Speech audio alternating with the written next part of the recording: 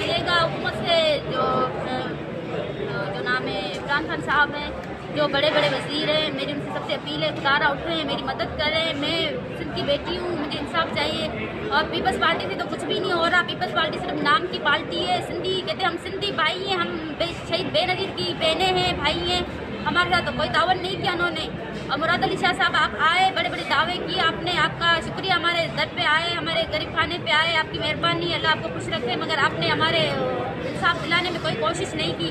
جو آپ کے پارٹی کے تھے آپ نے ان کو وہیں بٹھا کے رکھا ہے. ابھی تک کوئی ان کو سیٹ سے نہیں نکالا. خدا را ان کو سیٹ سے نکالے، جو سیٹ دی ان کو وہاں سے ہٹایا جائے اور ہمارے ساتھ کھڑے رہے، ہمیں انصاف دلانے کی کوشش کریں. آپ کے بھی بچے ہیں، آپ کی بیویاں ہیں، آپ کی بہنیں ہیں. اگر آپ کی بہن کے ساتھ کبھی اس طرح کا واقعہ ہو جائے، آپ کے نوازیاں اس طرح یتیم ہو جائے، تب بھی آپ کو پتہ چلے گا کہ کسی کا درد، کسی کی تکلیف، کسی کے بچوں کی آہیں ہوتی ہیں وہ کیا ہوتی. جب لگے گی نا تب بھی پتہ چلے گا.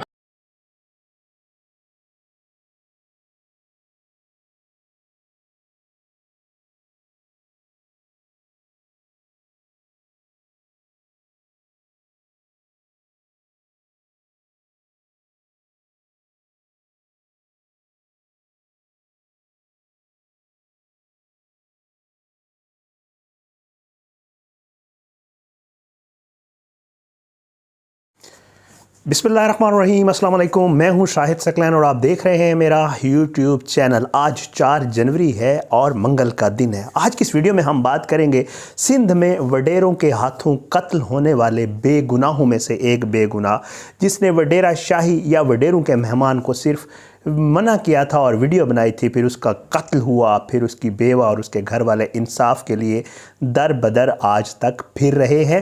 پولیس کچھ بھی نہیں کر رہی، چالان جمع نہیں کروا رہی اور اس کیس کو جوں کا توں جو ہے فی الحال رکھا جا رہا ہے. دعوے بڑے کیے گئے سندھ حکومت کی طرف سے لیکن کچھ ہو نہیں رہا. اب تو اس ناظم جوکھیوں کی بیوی بھی یہ کہنے پر مجبور ہو گئی کہ مراد علی شاہ ہمارے گھر آئے تھے، وعدے کیے تھے، اس کے بعد وہ مکر گئے اور اس کے بعد کوئی اتا پتہ نہیں ہے. لیکن بہرحال وہ خاتون ڈٹی ہوئی ہے اور انشاءاللہ جب ظلم ہوتا ہے تو ظاہر ہے مظلوموں کو پھر اللہ تعالیٰ انصاف ضرور دیتا ہے. چاہے یہاں کے وڈیرے، یہاں کے سیاستدان کوئی بھی شامل ہو جائے، قاتلوں کے ساتھ مل جائے، پولیس پر دباؤ ڈالا جائے، ان کے رشتہ داروں کے اوپر اور ناظم کی بیوی کے اوپر بھی دباؤ ہے. وہ باقاعدہ بتا رہی ہے کہ مجھے یہ کہا جا رہا ہے کہ ہم سے پیسے لے لو اور ہمارے ساتھ صلح کر لو، لیکن وہ خاتون ڈٹی ہوئی ہے. اللہ اس کی بھی حفاظت کرے، کیونکہ ہمارے ہاں یہ ہوتا ہے کہ جو پھر ڈٹ جاتا ہے پھر اس کو یہ چھوڑتے نہیں ہیں. بہرحال اللہ اس کی حفاظت کرے. اور ایک اہم اجلاس ہوا ہے اسلام آباد میں، اس کی تفصیل آپ کے سامنے رکھوں گا آج کی اس ویڈیو میں. اور اب انشاءاللہ میری کوشش ہوگی کہ اس کیس کے حوالے سے بھی جتنی اپڈیٹس ہوں گی میری کوشش ہوگی آپ تک ضرور پہنچایا کروں گا. اور آج جو ہے تھوڑا سا آپ کو بتا دوں، یہ نومبر کے شروع میں 3 نومبر کو یہ قتل ہوا تھا اور اس قتل کو باقاعدہ طور پر جو ہے وہ جام اویس MP سندھ اسمبلی ہیں، انہوں نے اور ان کے بھائی جام عبدالکریم اور ان کے بندوں نے فارم ہاؤس کے اوپر جو ہے مرڈر کیا تھا. باقاعدہ طور پہ اس کی لاش پھینک دی تھی اور لاش جو ہے وہ ملی تھی. اس کے علاوہ اس کا موبائل فون ریکور ہوا تھا ایک کنویں سے. اس کے FIR میں ابتدائی طور پر 5 افراد نامزد ہوئے تھے، MP جام اویس، نیاز سالار، احد سمرو، حیدر علی اور مہر علی، اور اس کے بعد پھر اور لوگوں کو بھی شامل کیا گیا. 6 لوگ اب تک گرفتار ہیں اور 15 لوگ فرار ہیں. جام عبدالکریم جو ہے وہ حفاظتی ضمانت، اور اطلاعات یہ ہے کہ وہ ملک سے بھی باہر چلا گیا ہوا ہے. بہرحال یہ ساری پھر پولیس نے تحقیقات کی. پولیس کو جو ہے آخری جو ڈیڈ لائن دی گئی تھی وہ دی گئی تھی جناب کورٹ کی طرف سے، اور وہ دسمبر کے مہینے میں دی گئی تھی کہ جی آپ حتمی جو ہے رپورٹ اس پر جمع کروائیں. لیکن جو جنوری کو، جو اپنی جنوری کے شروع میں ابھی اسی مہینے میں جو سماعت ہوئی ہے اس کے اوپر بھی پولیس نے وہ رپورٹ جمع نہیں کروائی اور مزید 10 دن کا جو ہے ٹائم مانگا ہے، جس پر 10 دن کے لیے کیس ملتوی ہو گیا اور اگلی سماعت جو ہے اب 12 دسمبر کو ہوگی. یہ ساری صورتحال تھوڑا سا میں نے آپ کو بیک گراؤنڈ دے دیا، لیکن اب میں آپ کو بتاؤں گا کہ جو فیصلہ کیا گیا ہے وفاقی حکومت کی طرف سے. وفاقی حکومت نے اعلان کیا تھا اس کی انویسٹیگیشن کا، اور وہ کیا تھا 28 دسمبر کو جو ہے کابینہ نے باقاعدہ طور پر ناظم جوکھیوں قتل کی تحقیقات کے لیے مشترکہ ٹیم کی منظوری دی تھی. اور جو وفاقی وزیر اطلاعات ہیں فواد چودھری نے پریس کانفرنس کرتے ہوئے کہا تھا کہ جی قاتلوں کو بچانے کی کوشش ہو رہی ہے اور وفاقی حکومت ایسا نہیں کرے گی. اور وزیر اعظم نے بھی منظوری دی تھی. گورنر سندھ نے باقاعدہ طور پہ یہ کہا تھا کہ جی اس کیس کی انویسٹیگیشن کی جائے اور غیر جانبدارانہ انویسٹیگیشن کی جائے. بہرحال یہ ساری چیزیں چل رہی تھیں، لیکن اب جو ہے وفاقی حکومت ڈٹ گئی ہے